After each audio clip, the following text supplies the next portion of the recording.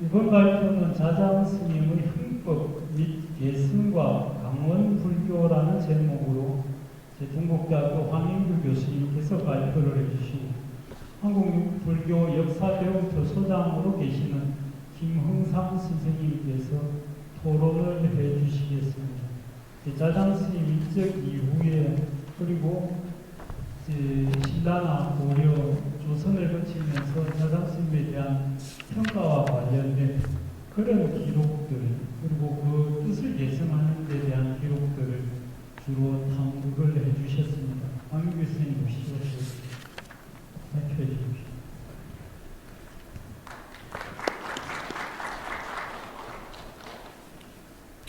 네, 반갑습니다. 저는 고대 불교 전공이 아니고 한국 중세 불교사를 전공하고 있습니다. 따라서 자장에 관한 학술적인 논문을 한 편도 못 썼고요. 잡글을 썼을 뿐인데, 그래서 처음에 이제 이런 원고 청탁을 받았을 때 어떻게 할 건가 많이 고민을 했는데요. 평소에 그 한국 불교사를 제대로 좀 정립해야 되겠다 이런 신심이 저 나름도 있었기 때문에 한번 자장 스님에 관한 모든 자료를 한번 모아보자 그런 신심을 가지고 했는데요. 우리 한국 불교에 관한 기록이 많이 미흡하고요. 있는 것조차 조선시대 후기 17, 18세기 기록이 대부분이라서 이런 기록들을 어떻게 우리가 신뢰할 수 있겠는가, 이런 평소에 이런 생각도 많이 하지만서도 그렇다고 해서 기록이 없다고 해서 우리나라 역사, 불교를 이끄신 큰 스님들의 행적이 감춰져서는 안 되겠다. 이거 더 드러내야 되겠다. 이런 생각을 가지고 있는데요. 발표 자료 33쪽입니다.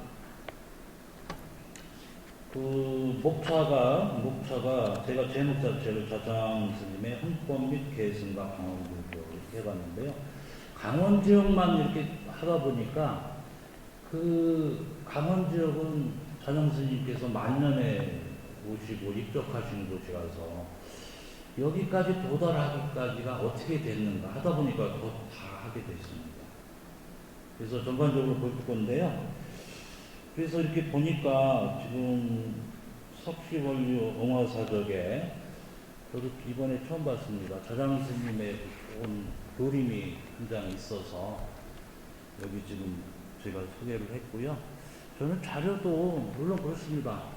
저는 미술사나 뭐 이런 거 하지 않지만은 그림도 중요한 자료라고 생각을 하거든요.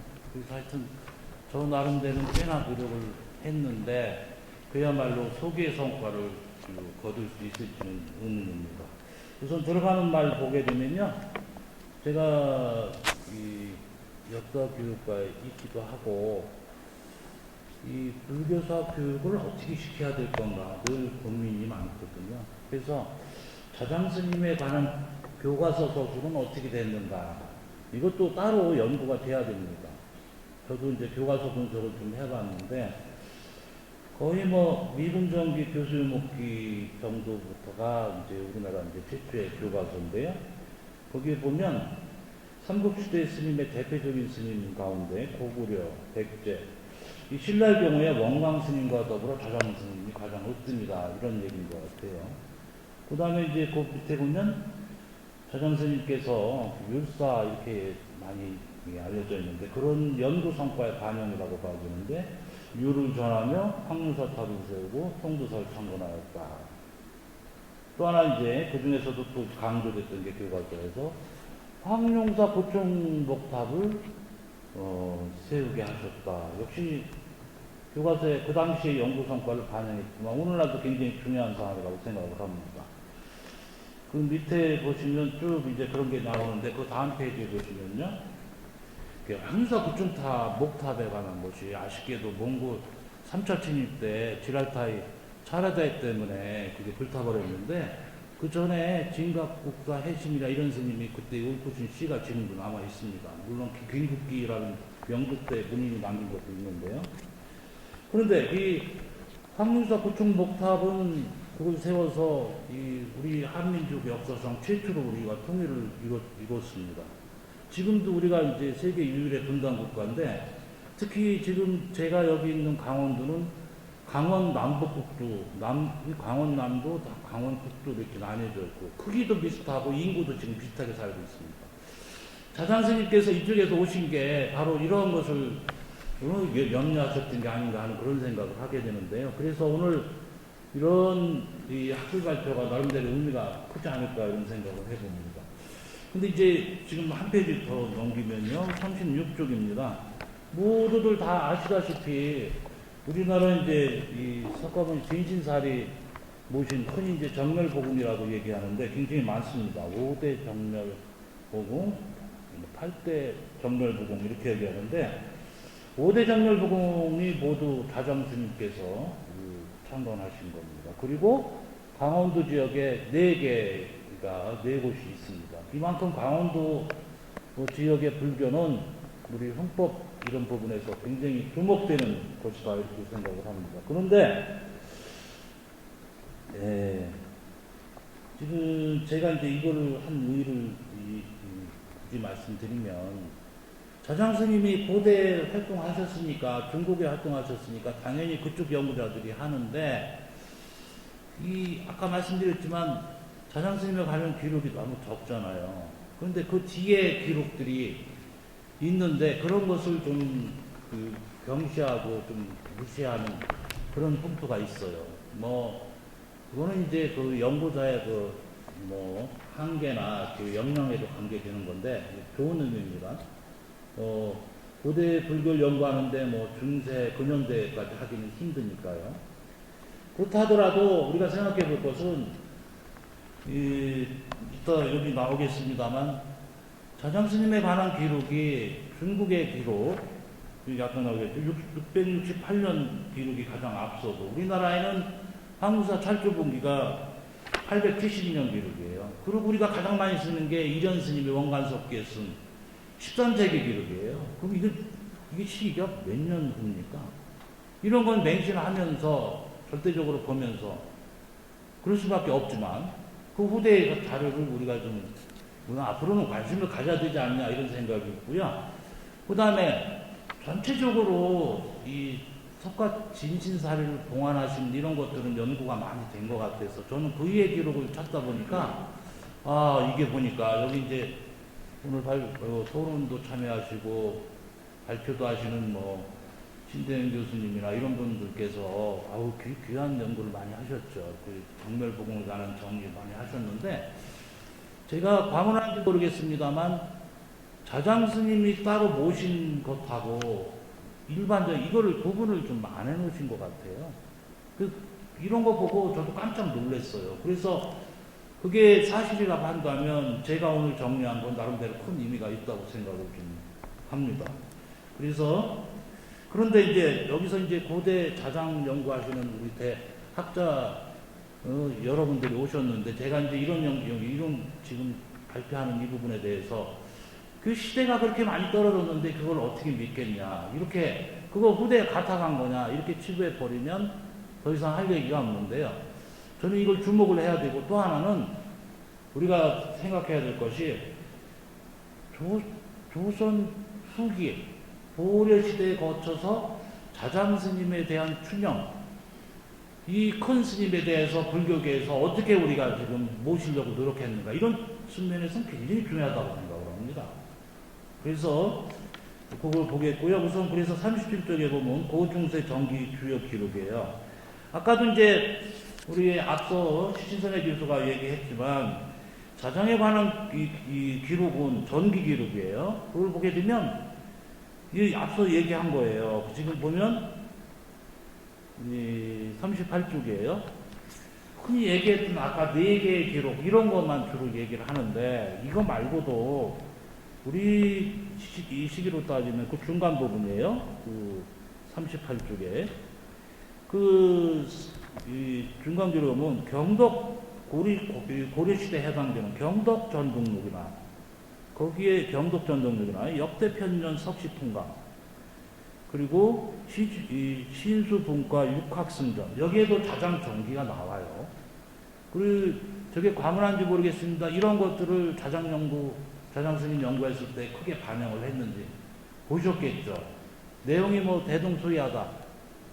그래서 이제 이 언급조차도 안 했는지 모르겠는데 하여튼 이런 부분도 우리가 좀 중요시 해야 될 것 같다는 얘기고요. 그 다음에 39쪽에 보면 뭐 당연히 뭐 이런 스님께서 남기신 자장 관련 기록 한 주요 기사만 해도 뭐 8, 9건 뭐 그렇게 되겠죠.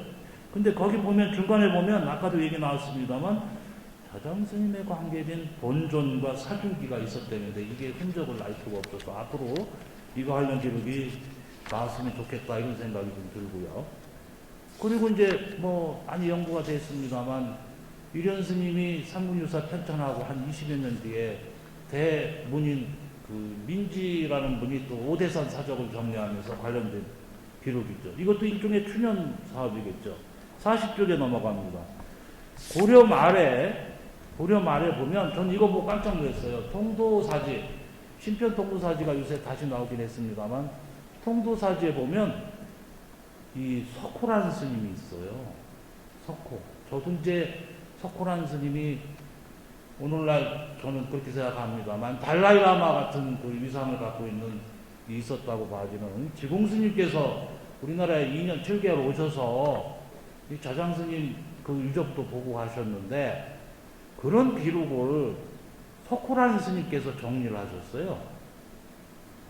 여기 보겠지만 여기 보시다시피 석호라는 스님은 지공스님과 그 선대결도 하셨던 분이에요. 나홍스님 제자뻘 되시는데 이런 기록을 굉장히 우리가 경시했던 것 같아요. 이건 우리가 좀 주목을 해야 되지 않나 싶다고 저는 생각을 합니다. 40쪽이 그 얘기고요. 41쪽에 보시면 거기 이제 중간 부분에 자장일서 행적이 바로 고려 말에 목은 2세기 했다 그랬는데 이거 보고 저 또 한 번 깜짝 놀랐어요.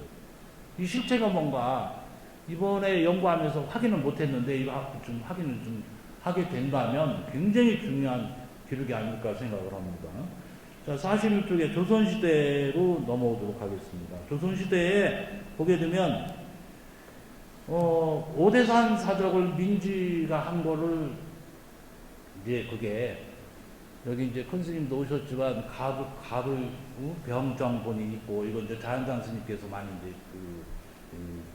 이쪽에 연구를 많이 하셨는데 조선 초에도 오대산 사적이 다시 정리된 것도 이런 것도 바로 자장 스님에 대한 오대산에서 추념 사업으로 우리가 중요시 봐야 될 것 같고요.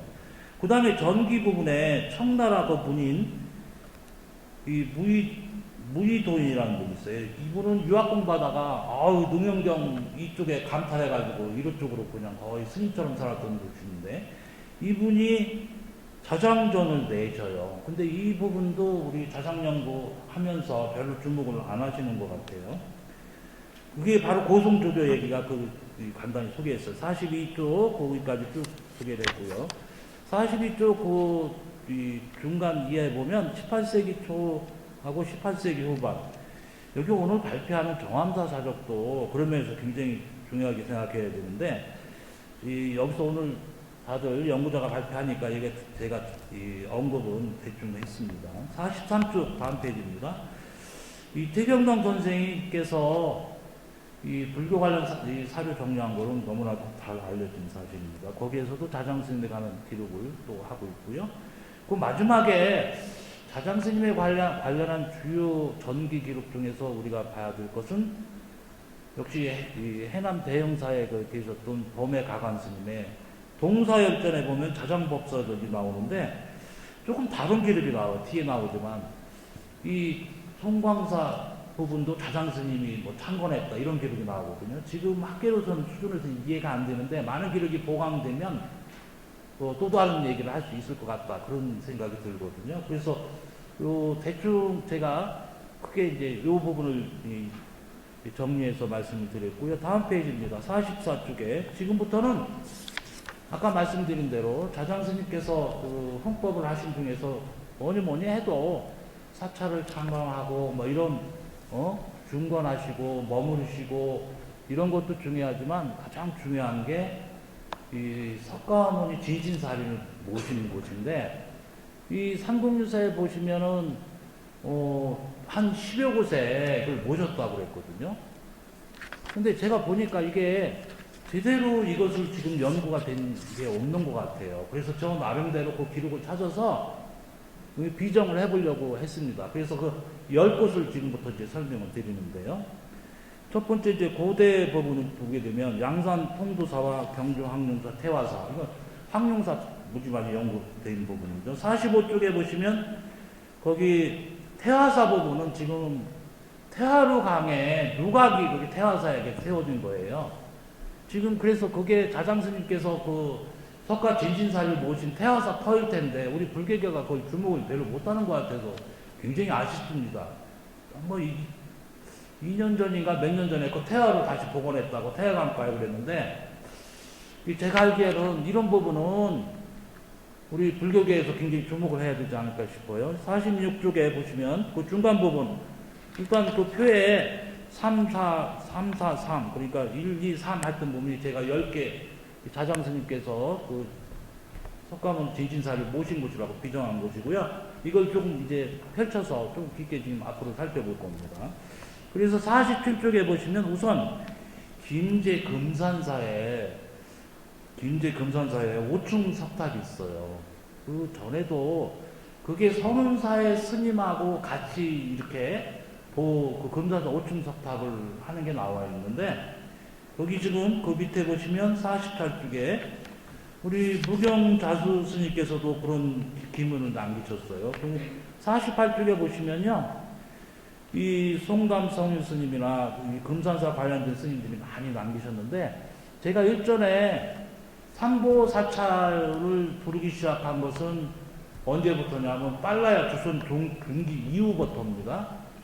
조선 중기 이후부터예요. 그전에는 그게 성립할 수가 없죠. 그걸 하면서 그 당시 새로운 이 자료를 찾은 게, 규장각에서 찾은 게 송남위륵이에요. 여기 보게 되니까 금산사가 불구종찰이다. 그때까지는 삼부종찰에 대해서 정리가 안 됐던 것 같아요.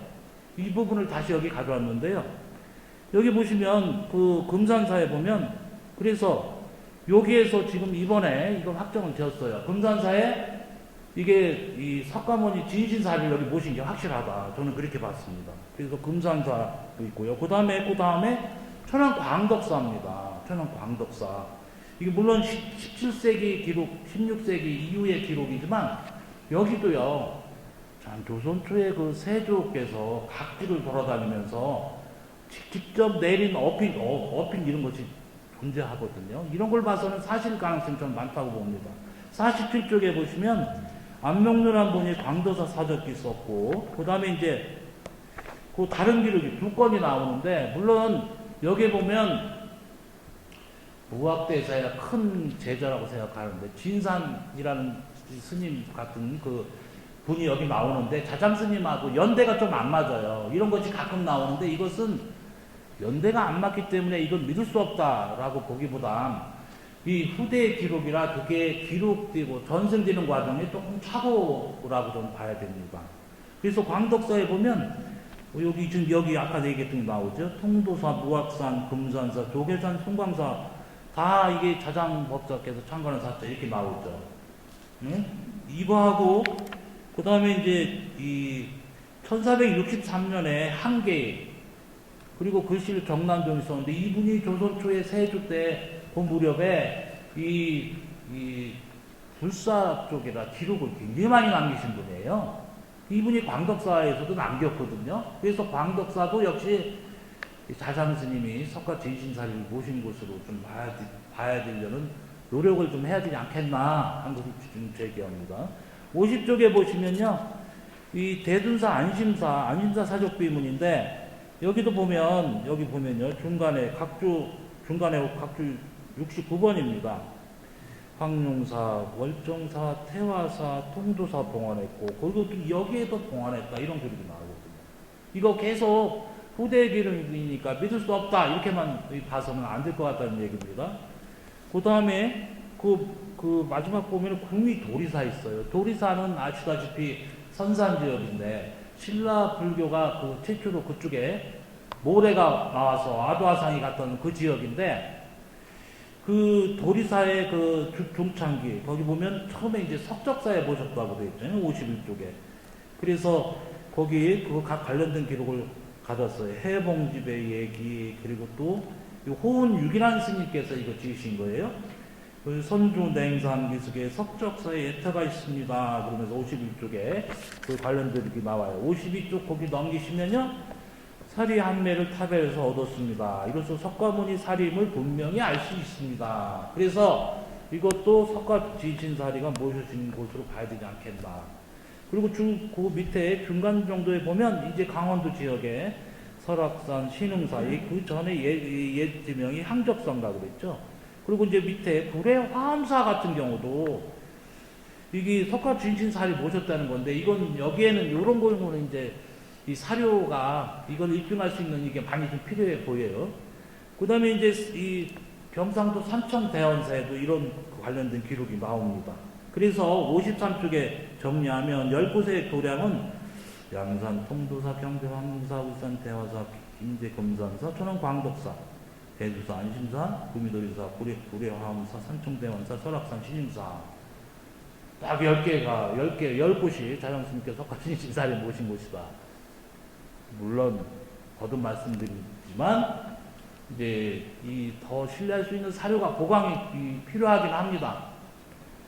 그렇다 하더라도 우리 불교를요 불교 문화 쪽에서 볼 필요도 있어요. 예를 들자면 어떤 말씀인 거 하냐면 우리 불교 초전보다 더 빠른 지역 가야 불교나 유점사에 남방 불교가 돌았다고 하면서 그 문화적인 측면에서 우리가 중요시하고 있지 않습니까? 그런 측면에서도 이건 중요하다고 보는 겁니다. 고려시대 오겠습니다. 고려시대 개국사, 개국률사인데 남산종이에요. 5분 정도 남았다 그러네요. 여기 개국률사니까 여기도 석가모니 진신사를 모셨던 것 같다는 생각이 듭니다. 거기 보면 원간섭계 이거 많이 알려져 있는데요. 여기 54쪽에요. 왜 통도사 불사리를 여기 모셨다. 이때도 그러니까 이게 앞으로 얘기도 그렇습니다. 통도사 이 석가모니 진신사리가 외구하고 북한의 북쪽에 오랑캐들이 쳐들어오면서 이거를 불교계에서 스님께서 보아야 되겠다 그러면서 이게 왔다 갔다 한 거거든요. 그런데 지금 54쪽에 보시면 이 통도사를 고려 말에 이렇게 가져와요. 이걸 어디다 놨냐? 개성 송림사에 모셨어요. 그걸 갖다가 이제 이 조선 초에 흥천사에 모시게 돼요. 좀 이따 얘기하겠지만. 그 다음에 이제 속리산 법주사에도 55쪽입니다. 석가모니 진신사를 모신 것이 나와요. 그 다음에 그 뒤에 보면 그와 관련된 얘기고요. 56쪽에 보시면 조선시대 흥천사 선종의 본산입니다. 조선 초에 조선불교의 선종 본산인데 송림사에 모셨던 석가 진신사리 자장스님이 모셨던 것을 다시 흥천사에 모셨는데 언제까지 지속되냐? 여기서 분신사리도 됩니다. 이게 조선 초의 수미 억불계 이거 굉장히 주목해야 될 건데요. 연산군 때 그 원국사와 더불어서 그때 불타버리거든요. 그때 없어졌던 것 같은데 그때까지는 자장스님 모신 석가 진신사리가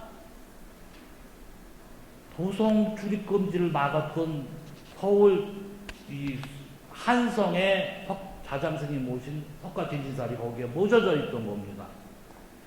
자, 그래서 57쪽 거기서부터는 뭐냐면요. 임진왜란 때 그 외구가 쳐들어오면서 곳곳에 모셔진 것인데 최근에 이제 80년대 이후에 크게 부각된 석가모니 치하사리 모신 그 건봉사뿐만이 아니고 묘향산 보현사, 경북 발성 용현사에도 모셔졌다. 그러니까 우리 자장스님 모신 석가 진신사리는 임진왜란 때나 그때 이후 아까 10개 그 곳에 도량하고 그 위에 것하고 임진왜란 때 모신 걸 좀 구분해서 이해할 필요가 있지 않나 이런 생각입니다.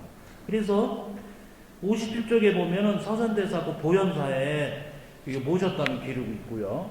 58쪽에 보면 영골비명, 이번에 통도사에서 뭐 이거를 문화재로 지정했다 그랬는데, 영골비명, 이것도 이걸 같은 건지 다른 건지 우리가 주목을 해야 될 것 같고요. 57쪽에 보면 원주 치악산 강림사, 그 시조란 스님이, 편태중 스님이 그 머무르던 그 사찰인데요. 여기 잠깐 모셨다가 어디로 갔냐? 60쪽에 보면 이 용연사로 갔던 거야. 달성 용연사에. 그래서 지금 60쪽에 그 얘기고요. 61쪽은 건봉사인데요. 건봉사 얘기는 너무나 잘 알려진 거고요. 62쪽에 여기는 이제 보면 다정스님이 이제 석가진신사리 이계에 모셨던 거, 그걸 쭉 썼어요. 그래서 지금 전국에 걸쳐 있는데요. 강원도 지역 위의 것을 우선 열거하면 다솔사, 영덕 유금사, 이 천국사, 오어사, 이쪽 울주 간원사, 강원도 쪽에 신흥사, 마무리하겠습니다. 건너뛰겠습니다. 이 아산의 신신사, 마곡사, 칠장사, 신북사, 참화사, 이 동구일순가분 이런 게 있고요. 그 다음에 66쪽에 보면 대학국사 의천께서 화폐론 얘기하시면서 자상스님 얘기하고, 삼국사기 몇 건 있고요. 해동도수전에 몇 건 있고요. 그 다음에 신유수삼이 있고, 그 다음에 이 천태종계 백년결사 했던 진중복사 천책스님께서 자장스님의 그 위상에 대해서 간단히 언급하신 게 있고요. 조선시대에 삼국유사와 더불어서 우리가 주목해야 될 것이 동사보유의 삼유사의 이런 기록들이 나오는데, 여기를 제가 구체적으로 찾아보지 못했는데요. 그 다음에 산수 있고요. 근현대로 넘어가면 오대산 사적, 특히 이제 두타산 사마사적에는 이것도 굉장히 크게 주목을 좀 해야 될 것 같아요. 다시 쓰여진 거지만. 그리고 이제 조선불교통사 위암장지연의 그 위암문과에도 관련된 게 있습니다. 그 다음에 68쪽에 보시면 강원도 지역인데요. 시간이 없다 그러니까 자장스님께서 가장 오래 머물렀다는 이 수다사, 망경사, 향성사, 그 다음에 69쪽에 한계사, 그리고 설화류에 전해드는 굉장히 많습니다. 요거에 관계되는 것은 이 뒤에 그 김웅삼 선생님께서 75쪽에 보시면 잘 정리를 하셨어요. 사회적 보충이 있는데, 이제 이걸 보시면 지금 전국에 이제 50여 개 관련되는 게 나오는데, 이 강원도에는 18개. 그러니까 강원도 지역에 이거를 사실로 본다면 강원 지역의 자장스님이 관계되는 불법, 형법 지역은 한 40% 정도가 되는 거죠. 이제 물론 이런 것은 역시 마찬가지로 후대의 기록이기 때문에 사료의 입증성 이런 것이 필요한 것이고, 그렇다 하더라도 1차가 그렇다 하더라도 아까 말씀드린 대로 자장스님을 불교계에서 어떻게 계승하려고 했고, 그것을 자장스님의 헌법 정신을 어떻게 살려서 제사 지내고 헌법을 하려고 했는가, 이런 차원에서는 굉장히 우리가 주목을 해야 될 거다. 여기 이제 오대산 월정사 큰 스님도 오셨지만, 물론 당연히 오대산도 굉장히 중요한 역할을 해요. 정암산도 그렇고요. 너무나 중요하기 때문에 연구되기 필요해서 제가 강조를 안 했는데, 그래서 제 결론입니다. 결론만 이제 말씀드리고요. 이제 마무리하겠습니다. 여기 보시면요. 72쪽 마지막이에요. 제가 좀 말씀드릴게. 마지막 주. 자정의 헌법사, 자정스님의 헌법사시나 후대 자정의 헌법 계승 및 영향을 거의 중복하지 못하였다.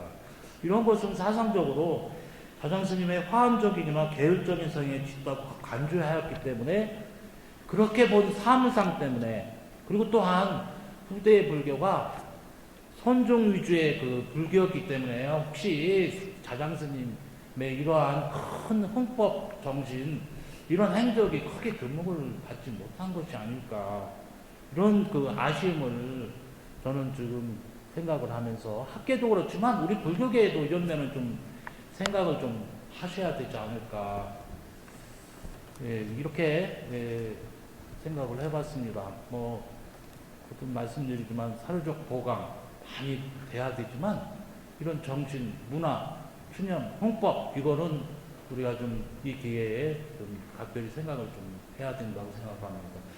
두서없는 발표 마치겠습니다. 고맙습니다. 감사합니다. 황인규 교수님께서 고대 중세 근세로 이어지면서 자장 스님하고 관련된 사료들을 가지고 해주시고, 그리고 이제 자장 스님 모셔왔다는 사리를 봉안했던 기록들까지도 다 확인을 하셔서 나름 연대별로 다시 재구성을 하시고 거기에 대해서 이제 평가를 쭉 해주셨는데, 발표자 선생님께서 좀 길게 준비를 해주셨습니다. 선생님 말씀 듣도록 하겠습니다. 김흥상 선생님이십니다. 예, 소개받은 김웅삼입니다. 황인규 선생님의 글을 듣고 논평을 하겠습니다. 본 발표문은 자장의 불사와 관련된 기록을 자장 당대부터 현대까지 전국을 대상으로 조사, 검토한 공력이 많이 들어간 글이다. 그러나 발표문 제출 시한 안에 많은 사료를 취급하다 보니 몇 가지 문제가 생겼다. 먼저 이 글은 일반 논문 2편에 해당하는 장문이고, 특히 그 3장 1절은 논문 한 편의 분량에 해당한다. 글을 전개해 나가는데 흥법이라는 용어를 많이 사용하고 있다. 흥법은 3급 유사의 한 편명이긴 하지만 안타깝게도 표준국어 사전에 오르지 못한 단어다. 이에 반해 불법을 널리 편다는 의미인 홍법은 여기에 실려 있다. 더욱이 발표자는 쭉 그 생략을 하겠습니다. 쭉 내려와서 그러므로 흥법보다는 홍법이라는 용어를 쓰는 것이 더 적합하지 않을까라는 생각을 해봤습니다. 이 홍법은 뭐 홍법사 이런 것들이 또 많지 않은 거예요. 지금 현재. 그래서 제가 현재 용어로 좀 썼으면 하는 바람에서 이렇게 거론을 해봤습니다. 그 다음 발표자는 자장이 석가 진신사리를 봉안했을 것으로 추정하는 도량을 제시하면서 김제 금산사, 천안 광덕사, 대둔산 안심사를 포함시켰다. 그러나 자장이 생존했을 때에는 이들 사찰이 엄연히 백제의 영역 안에 있었으므로 자장이 이들 사찰에 인연 맺기는 불가능한 일이다. 자장과 불사리의 관계를 이해하는 데는 무엇보다 지리적 요인이 중요하다. 이를 증명하기 위해 한국 불교 사찰 사전을 조사해 본 결과 여기에는 자장과 연관되었던 절로 아래 표와 같이 들었다. 표는 각자 읽어보시고요. 그다음 위에 표를 보면 자장과 관련된 사찰은 강원도가 18곳, 그리고 경상북도가 10곳, 그리고 경상남도가 6곳으로 전체의 약 70%가 이들 지역에 해당한다. 곧 이것은 그 한반도의 동쪽에 해당하는 곳이다. 자장과 관련이 가장 많은 사찰이 있는 강원도의 경우는 이들 사찰은 태백산맥에 자리하거나 월정사의 산내 사찰과 말사다.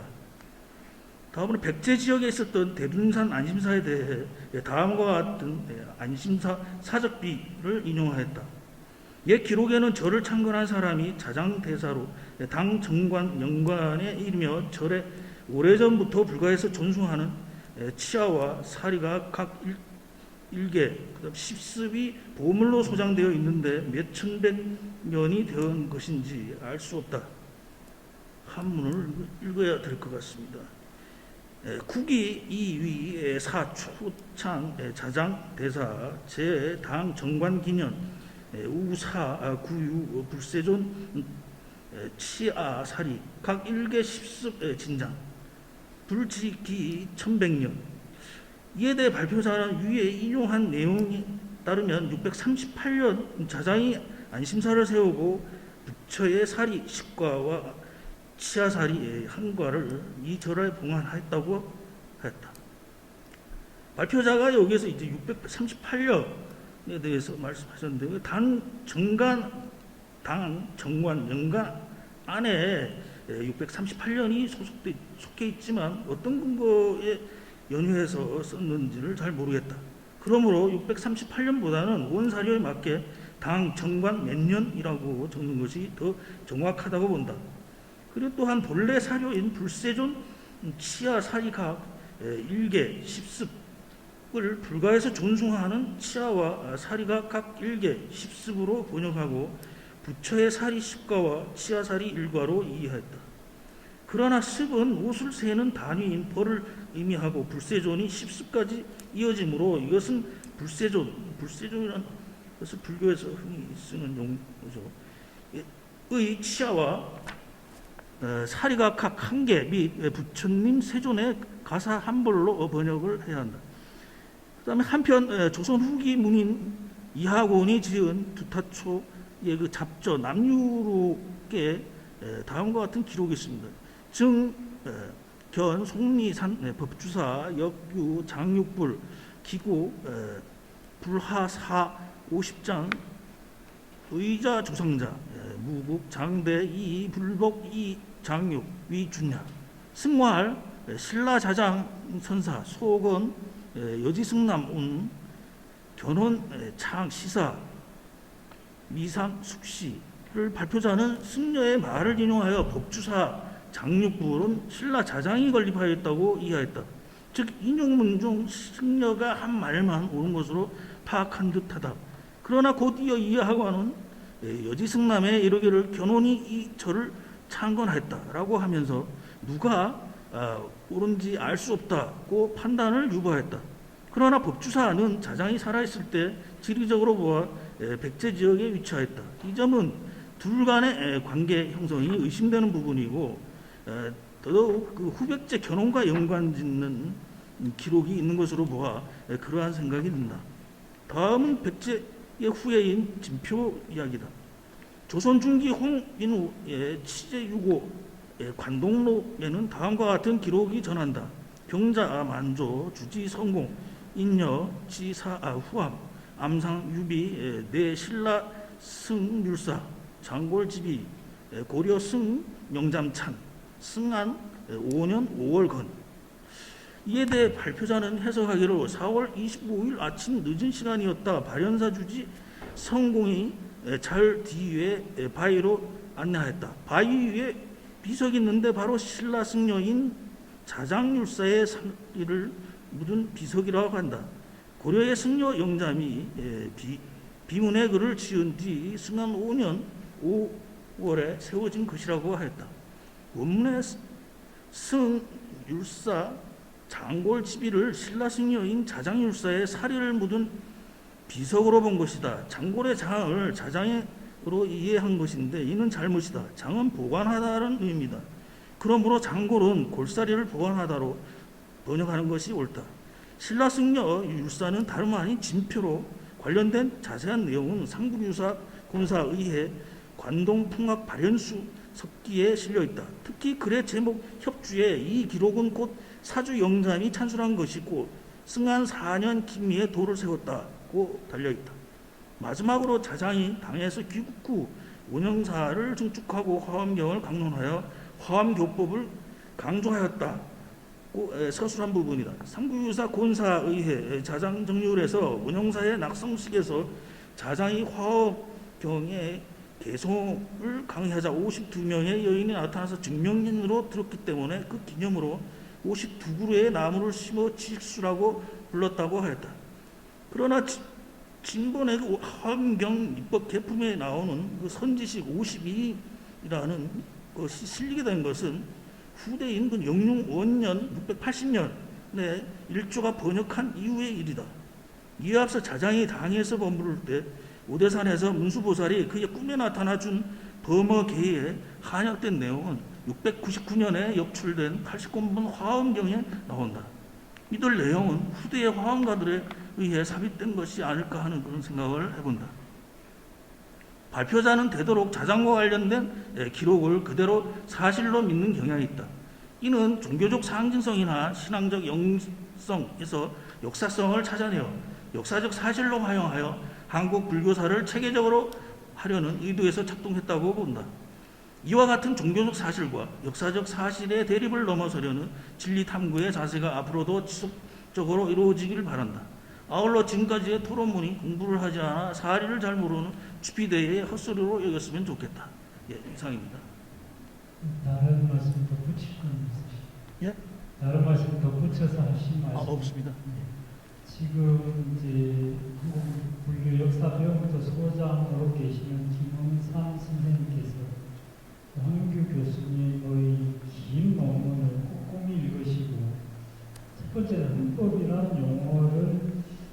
헌법하고 혼용해서 쓴 게 아닌가 그런 생각을 하신 것 같아요. 그래서 이제 헌법으로 용어를 사용하는 것이 더 적절한 것이 아닌가라는 말씀을 주시고, 그리고 이제 나머지는 75쪽에 걸쳐서는 사료를 인용하셨는데 거기에 담겨져 있는 이제 시기 비정이나 아니면 이제 용어를 갖다가 번역하는 데 있어서 이제 좀 의견이 다르신 부분들을 말씀을 하시고, 그리고 이제 마지막으로도 이제 자장정률조에 담겨져 있는 환경을 인용하는 구절들이 있는데 그 환경 내용들이 자장식 입적 후에 번역됐든지 유통된 본에 나타나는 이제 글자들이나 내용들이라서 이런 것들은 좀 더 비정을 해야 되는 거 아니냐 그런 의견인 것 같습니다. 답변해 주시죠. 네, 고맙습니다. 그러니까 고대부터 현대까지 그리고 중국, 일본도 좀 봤는데요. 제 역부족이죠. 이거를 이렇게 다 담아내는 자체도 힘들었고요. 이런 입론을 세우는 것도 저 자신이 힘들었고, 정밀한 분석 당연히 있어야 됩니다. 다만 지금 저 자신이 지금 아프게 다가오는 것은 그렇다 하더라도 기록 그대로 그 사실 믿는 경향이 있다는 말이 굉장히 많아요.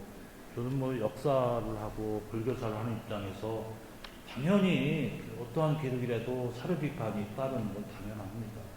근데 그 부분을 단지 뭐 제가 불교에 심심해서 호교적 차원에서 이거를 그렇게 했다고 생각하지 않습니다. 왜냐하면 그렇게 한다고 하면 그 자체가 그렇게 해서 된 연구가 그 객관성이 떨어지기 때문에, 신뢰성이 떨어지기 때문에 그렇게 하면 안 되겠죠. 여기 지적해 주신 거 전적으로 공감을 하고요. 앞으로 시간 되는 대로 더 정제를 하겠습니다. 보강을 하고요. 여기 자체적으로 저희가 봐도 이거를 입론으로서 이렇게 볼 수 있는가 이런 부분이 있거든요. 근데 무식하면 용감하다고요. 제가 한번 크게 한번 해봤습니다. 앞으로 정리하겠습니다. 고맙습니다. 네, 감사합니다. 지금 뭐 시간이 좀 지나서요. 두 번째 발표를 끝내고 이제 우리 일정 표상으로 한 20분 정도 휴식 시간 들어 있습니다. 15분으로 줄이겠습니다. 3시 15분에 다시 모여서 공부를 진행하도록 하겠습니다. 3시 15분까지